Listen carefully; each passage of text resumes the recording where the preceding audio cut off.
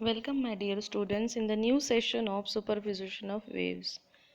In our last videos, we have seen about different types of waves, their properties, harmonics, overtones, vibrations, and many more. In this video, we are going to see some new topics and some interesting topics which are going to use in practical lab.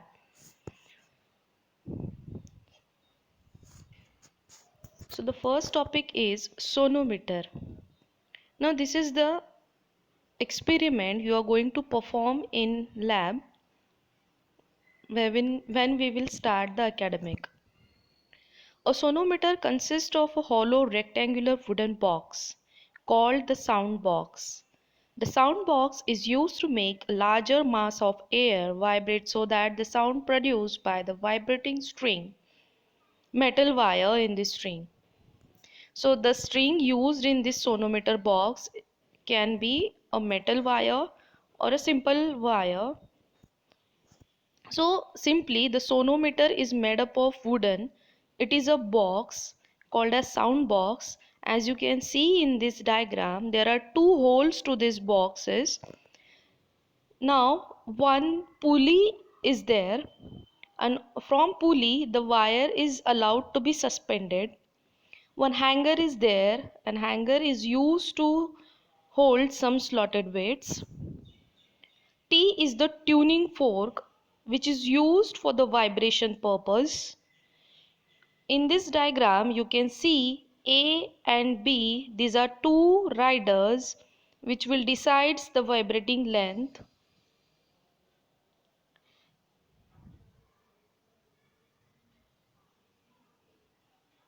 Now carefully just observe this diagram and imagine there is a wooden box having this kind of arrangement. Now what we need to do with this sound box and what is the working? Let's see. The same principle is applied in the string instruments such as violin, guitar and tanpura. There are two bridges P and Q along the width of the boxes which can be moved parallel to the length of box. A metal wire of uniform cross section run along the length of box over the bridges. It is fixed at one end and its another end passes over the pulley. A hanger with suitable slotted weight can be attached to the free end of the wire. By changing the weights, the tension in the wire can be varied. The movable bridges allows us to change the vibrating length AB of the wire. Again have a look of this diagram. See the wooden box. One wire is attached to the hook and this wire is allowed to suspend it through the pulley, and hanger is attached to that wire in which slotted weights are there. Now the P and Q, you can say the A and B, these are the riders or these are the bridges actually which which are placed under that wire. Tuning fork is used to vibrate the string.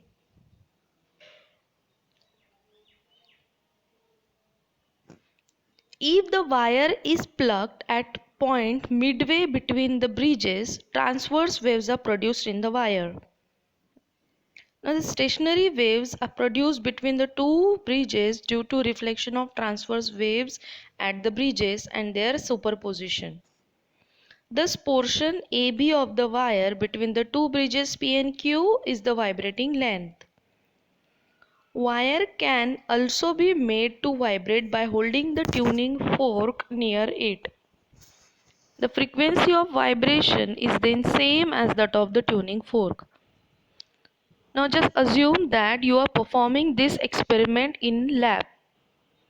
One particular tuning fork which will have some particular frequency is allowed to vibrate, and then the stem is touched to the sonometer. Now this frequency of the vibration of tuning fork get transferred to the sonometer.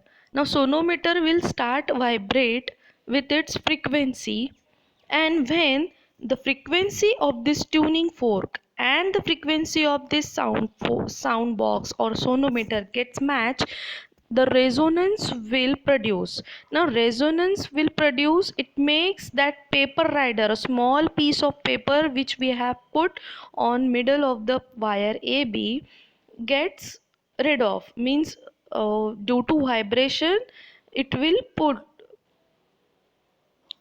off. So that means resonance is produced for that particular vibrating length. So that particular vibrating length will be noted for the particular frequency. Now, for example, 350 Hertz frequency tuning fork you used for the vibration purpose, and for 15 centimeter the paper rider will rid off from the wire. That means the resonance produced on 15 centimeter. 15 centimeter is the vibrating length. That means this is the distance between two bridges A and B.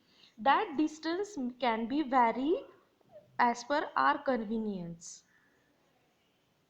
Now, if this frequency happens to be one of the natural frequency of the wire, standing waves with large amplitude are set up in the wire since the two vibrate in resonance. Now, you know what is meant by resonance.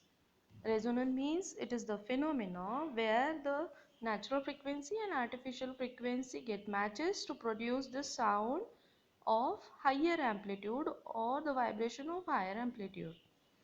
To identify the resonance, a small piece of paper known as the rider R is placed over the wire at the point in the middle of the length of AB as determined by the position of bridges P and Q. If the frequency of tuning fork and of the fundamental mode of vibration of wire match, this is achieved by adjusting the length AB of wire using the bridges P and Q. The paper rider happens to be at the antinode and falls off the wire. Sonometer can be used to verify the laws of vibrating string. So this is the simple experiment we need to perform in lab for different frequencies of tuning fork, and we need to find out the different vibrating length. And vibrating length means where the paper rider flies off the wire. Now we need to understand some law of vibrating string. So verification of first law of vibrating string. By measuring the length of wire and its mass. So the wire which we are going to use in our experiment, we need to know the length of that wire and mass of that particular wire. From that we can calculate the mass per unit length of that wire. Then the wire is stretched on the sonometer and the hanger is suspended from its end. A suitable tension T is applied to the wire by placing slotted weights on the hanger. The length of the wire L1 vibrating with the same frequency N1 as that of tuning fork is determined as follows. A light paper rider is placed on the wire midway between the bridges. The tuning fork is set into vibration by striking on a rubber pad. A stem of tuning fork is held in contact with the sonometer box. By changing distance between the bridges without disturbance, the paper rider frequency of vibration of air is changed. When the frequency of vibrations of wire becomes exactly equal to the frequency of tuning fork, the wire vibrates with the maximum amplitude and the paper rider is thrown off. This is just because of the resonance. In this way, a set of tuning fork having different frequencies N1, N2, N3 and so on are used and corresponding vibrating length of wire are noted as L1, L2, L3 and so on by keeping the tension constant. So that we will observe that N1 into L1 equal to N2 into L2 equal to N3 into L3 will be constant in any case for constant tension and for constant mass per unit length. That means NL will be always constant. That is, N is inversely proportional to length, the vibrating length we can say for precisely. when when the tension and the M are constant. Thus the first law of vibrating string is verified by using sonometer. Now the verification of second law of vibrating string, again with the help of sonometer. Now just imagine the vibrating length L of the given wire of mass per unit length M is kept constant for the verification of second law. Now in the first condition we kept tension and mass per unit length of the wire constant. Now in this case we will keep the vibrating length of the given wire constant. Now by changing the tension and the same length is made to vibrate in the unison with the different tuning fork of various frequencies. Now just imagine T1, T2, T3 and so on the correspondence to the frequencies N1, N2 and N3. We will observe that the ratio of frequency and square root of particular tension we always constant. So that means N is directly proportional to the square root of tension if L and M are constant. So this is nothing but the second law of vibrating string. Now the verification of third law of vibrating string. For the verification of third law of vibrating string, two wires having different masses per unit length M1 and M2 are used. That means we can use two wires of same material. The first wire is subjected to suitable tension and made to vibrate with the given tuning fork. The vibrating length is noted as L1. Using the same fork, the second wire is made to vibrate under the same tension and vibrating length L2 is determined. Thus the frequency of vibration of two wires is kept same under same tension T. It is found that L is equal to the square root of mass per unit length and L2 is equal to square root of mass 2. Hence the vibrating length is nothing but the square root of mass, which is equal to constant. But we know that by the first law of vibrating string, N is indirectly proportional to the vibrating length. Therefore, we get that indirectly proportional to the square root of mass per unit length of that wire if T and L are constant. So this is the third law of vibrating string. In this way, laws of vibrating strings are verified by using sonometer. So in our practical, we will perform these first two laws. In first law, you need to verify N is indirectly proportional to the vibrating length by keeping T and M are constant. And in the second law, you need to verify that N is directly proportional to the square root of tension while L and M are constant. Now let's move towards the next topic, that is beats. Many times you have heard this word beats, on beat, off beat. In dancing we use these words frequently. Now what is this beats actually means? This is an interesting phenomena based on the principle of superposition of wave. Now you know what is meant by superposition. When there is a superposition of two sound waves having same amplitude but slightly different frequencies traveling in the same direction, the intensity of sound varies periodically with time. This phenomena is known as the production of beats. Now, the very first condition for production of beats is the wave should have same amplitude but slightly different frequencies and traveling in the same direction. The intensities of sound varies periodically with time, and this will help us for the production of beats. The number of beats produced per second is called as beat frequency, which is equal to the difference in frequencies of two waves. Means which two waves are going to superimpose with each other, they must have slight difference in frequency, and that frequency difference can be called as beat frequency.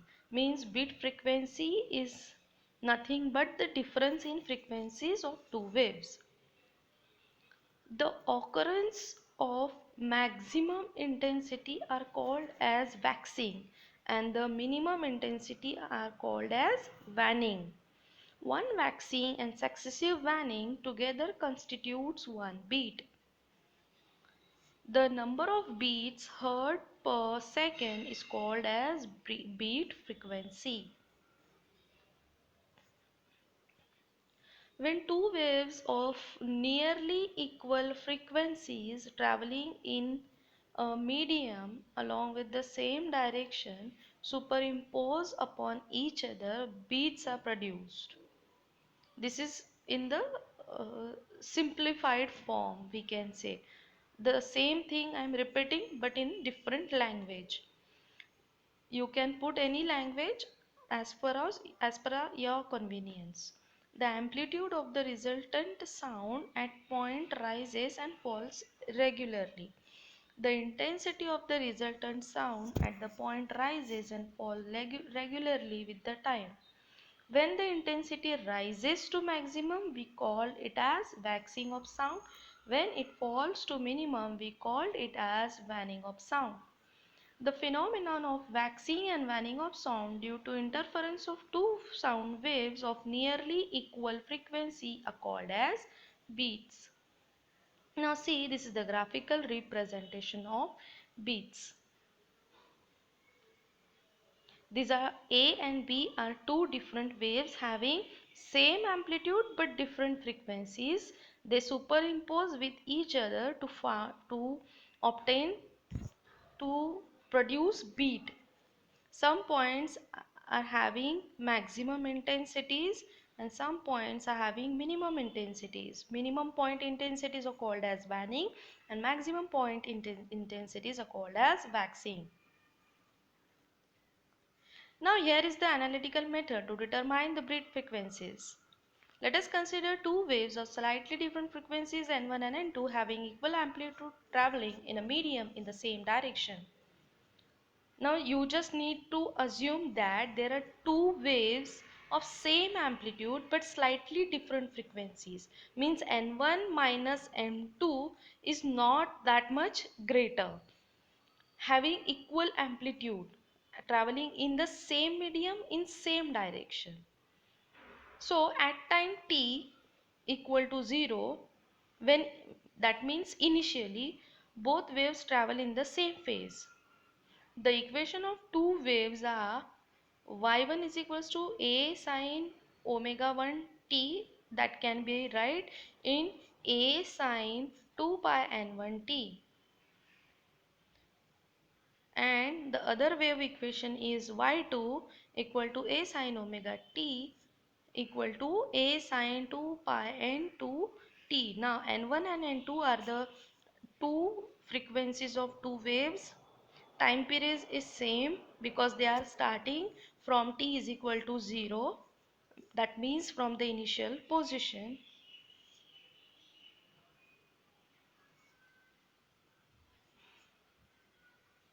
and A is the amplitude which is similar. Now, according to the principle of superposition of wave, the resultant displacement of the superimposed wave can be written in the algebraic sum of two displacement of independent waves. That means we can write y is equal to y1 plus y2. Now here we need to put the values of y1 and y2, and we will get this equation twice a sine in bracket 2 pi n1 plus n2 upon into t cos 2 pi n1 minus n2. So using this equation, sin c plus sin d is equal to 2 sin c plus d upon 2 cos c minus d upon 2, we can rewrite y equal to 2a cos 2 pi n1 minus n2 upon 2 into t into sin 2 pi n1 plus n2 upon 2 into t. So just substitute 2a cos 2 pi n1 minus n2 upon 2t. So we need to substitute this whole term with a, and n1 plus n2 upon 2 can be substitute with small n. Thus we get y is equal to a into sine 2 pi n t. So this is the equation of progressive wave having frequency n and amplitude a. The frequency n is the mean of frequencies n1 and n2 of arriving waves, while the amplitude a varies periodically with time. The intensity of sound is proportional to the square of amplitude. Hence, the resultant intensity will be maximum when amplitude is maximum. Now, for maximum amplitude, means for waxing, A will be equal to plus minus twice A. So we need to equate this with 2A cos 2 pi n1 minus n2 upon 2 into t equal to plus minus 2A. So 2 will get cancelled, a also get cancelled, and hence we get cos 2 pi in bracket n1 minus n2 upon 2 into t equal to plus minus 1. That is 2 pi in bracket n1 minus n2 upon 2 into 2 equal to 0, or it will be pi, or it will be 2 pi, because cos 1, the value of cos of 1 equal to when the theta is 0 or 180. That means t is equals to 0 or 1 upon n minus n2 or 2 upon n minus n2 or 3 upon n minus n2. Thus, the time interval between two successive maxima of sound is given by 1 upon n minus n1 minus n2. Hence, the period of the beat is t is equal to 1 upon n1 minus n2. The number of waxing hertz per second is the reciprocal of period of waxing. So from this equation, what we can conclude? The time period is the reciprocal of the frequency of beats, that is n is equal to n1 minus n2. The intensity of the sound will be minimum when amplitude is 0. Now just assume that A is equal to 0, and you need to equate this term to a cos with 0. Now hence we will get T is equal to 1 upon 2 into n1 minus n2, or 3 upon 2 n1 minus n2, or 5 upon 2 n1 minus n2. Therefore, time interval between two successive minima is also 1 upon n1 minus n2, which is expected. So, this is a pictorial diagram of superposition of two harmonic waves of nearly equal frequencies resulting in the formation of beats.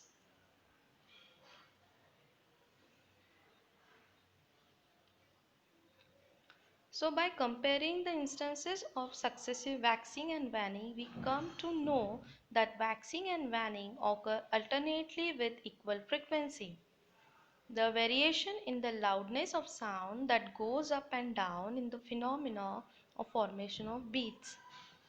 It can be considered as superposition of waves and formation of standing waves in time at one point in space where waves of slightly different frequencies are passing. The two waves are in and out of phase, giving constructive and destructive interference. The interval between two maximum sound intensity is the time period of beats. So this is the very important point to be remembered, that the interval between two maximum sound intensities is the time period of that beat. And we have proved this in this equation. T is equals to 1 upon n1 minus n2.